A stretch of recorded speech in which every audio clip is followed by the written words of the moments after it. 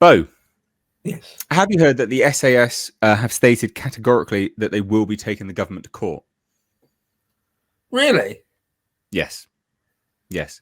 Okay. Because Keir Starmer and the Labour government pushed through, or was planning to push through Parliament, basically saying, yeah, you can prosecute people again. Yeah, Northern Ireland wants to be able to prosecute the SAS for the Troubles.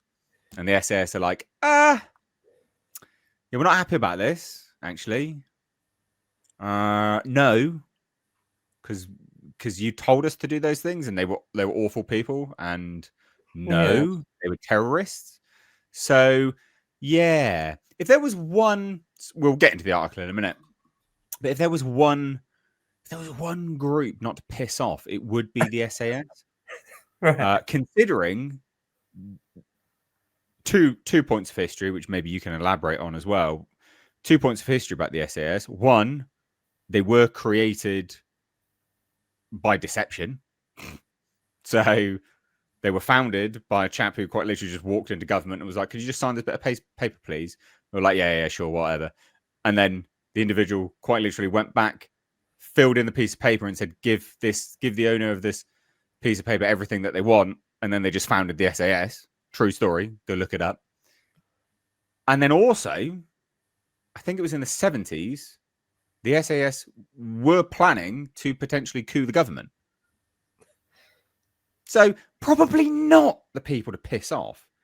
Because if there's any group of people that are probably that are hard bastards, but also real tight, like the tightest of the tight brotherhood is going to be the SAS. And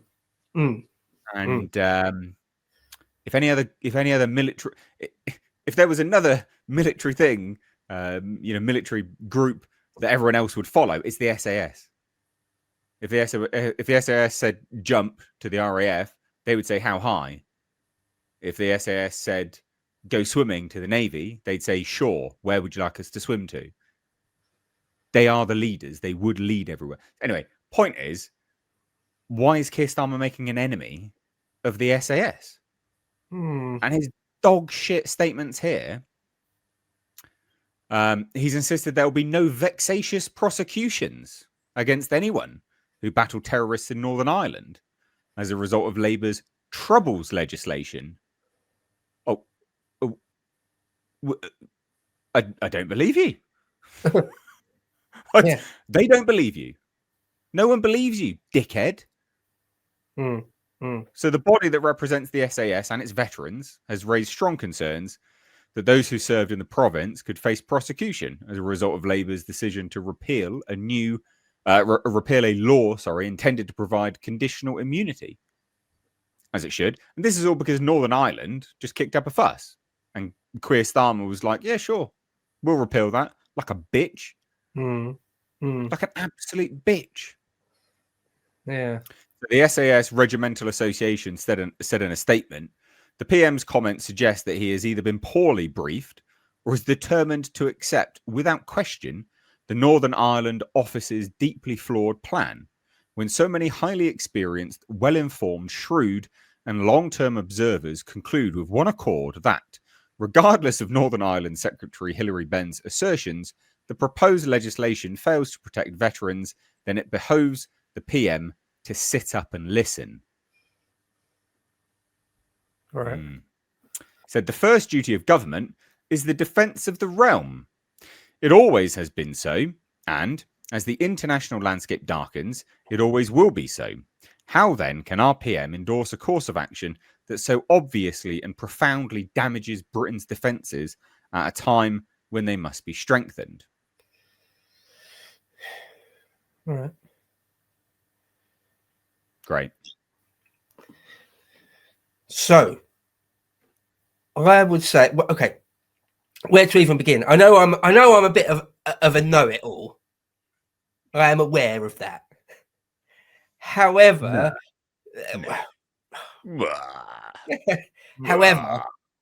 one of the things I know a stupid amount about and have been reading about quite literally since I was about 14 years old is the SAS. So just real quick things, a number of things to say. For anyone who doesn't know, the SAS is a regiment in the army, the Special Air Service, 22 SAS. It's a regiment of the army, special forces. Some argue the best of the best in the whole world. Yeah, you mentioned the story of Colonel David Sterling there. He went to a party and Churchill was there, and he literally got him to like sign a napkin or something. Or he got a bit of paper. I think he got a blank bit of paper, folded it over and said, "Would you mind? I'd love your autograph, Sir Winston." And he gets his autograph, and then later unfolds it and like writes in that that a regiment should be. Well, it wasn't a regiment, but that a brigade should be formed. So yeah, like really dodgy stuff. And yeah, they fought in North Africa in the war, World War II. Sterling himself actually got captured by the Germans, and Paddy Mayne took over. Ridiculous soldier, Paddy Mayne, unbelievable stories. Anyway, they fought all in Malaya all throughout the 50s. Fought it was in Oman in the 70s, all over the world actually. In 1980, there was the Iranian embassy siege in London, Prince's Gate, very famous. You see these black-clad counter-revolutionary warfare dudes in gas masks bursting into abseiling down and bursting into an embassy in the middle of London. That was the SAS under Maggie Thatcher. But all through the Troubles, particularly the 70s and 80s, the British used the SAS in Northern Ireland. It's incredible to me that Northern Ireland have got a problem. That the Northern Ireland Secretary, Hilary Benn, disgusting commie that he is, has got a problem. The SAS were fighting on your side. It's not if this was coming from Republican Ireland, I'd be like, well, okay. I mean, yeah, we were fighting a war against you, and it pissed you off. Fine. But no, it's coming from Northern Ireland. What? The SAS were protecting you. So anyway, there's a very interesting book by Andy McNabb, not his real name, who wrote the book Bravo 20. He was in the first Gulf War, behind enemy lines. Andy McNabb in Bravo 20. Incidentally, many say that he embellished that story. Anyway, his second book was called Immediate Action, and it was all about the rest of his army career and SAS career. And a lot of it revolved around Northern Ireland. So a lot of what the SAS would do would be plainclothes, walking around places in Northern Ireland, in Londonderry and the such, Belfast, collecting intelligence. So that, and sometimes when it came to it, occasionally killing people. Like one time, famously, there's an incident where there's like a van full of IRA guys, and they were going to do something, and the SS knew all about it and been watching them, and And just before they did anything, some SS guys just riddle their van and kill them all. So occasionally shit like that went down, right? It's life and death. Okay, there was a war, a type of war going on, right? Okay. To now have the SAS be brought up on charges over stuff. Well, no, they're a covert special forces military regiment, right? They only do stuff if they're ordered to.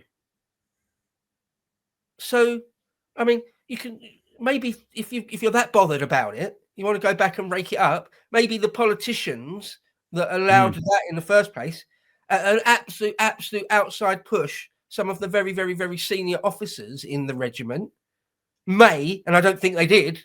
Don't think that I'm saying they did, but they may possibly, at an outside push, have ordered something that they shouldn't have done.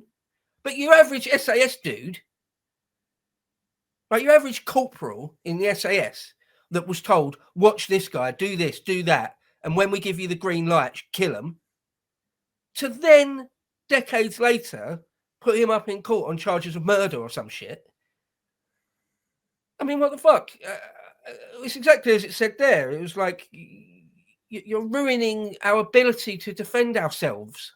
And no one's going to want to sign up to do this. No one's going to want to make split-second decisions. War, violence, it is a case of split-second decisions. There's no dilly-dallying. There's no messing around. You know, you walk into a room, someone's there. You've got to make a split-second decision, whether they're friend or foe. That's it. Yeah. Well, now you're adding another layer, right? More seconds where people have to question, am I going to get sued for this when I'm an old man? Because that's what's happening. Old men are getting strung up in court. And so the SAS Regimental Association are basically threatening him with a judicial review. They're like, no, fuck you, mate. Fuck you. How embarrassing. How embarrassing. Do you know what? There's one story springs to mind. It's Paddy Mayne in the deserts of North Africa in like 1943 or something. Right? Their job was to drive jeeps out of the desert in the middle of the night straight onto the German airstrips and just shoot up and blow up their aeroplanes while they're still on the ground, right? And they did it remarkably successfully. There's one instance where Paddy Mayne goes and finds like the building where there was the billet where the German pilots sleep and eat and stuff, yeah. And he goes straight into that building, like boots the door in, and there's loads of pilots. He catches them off guard. There's loads of German pilots there, and he just riddles the whole room. Just that they're unarmed. They were unarmed and taken unawares, and he just kills them all. Right now, okay.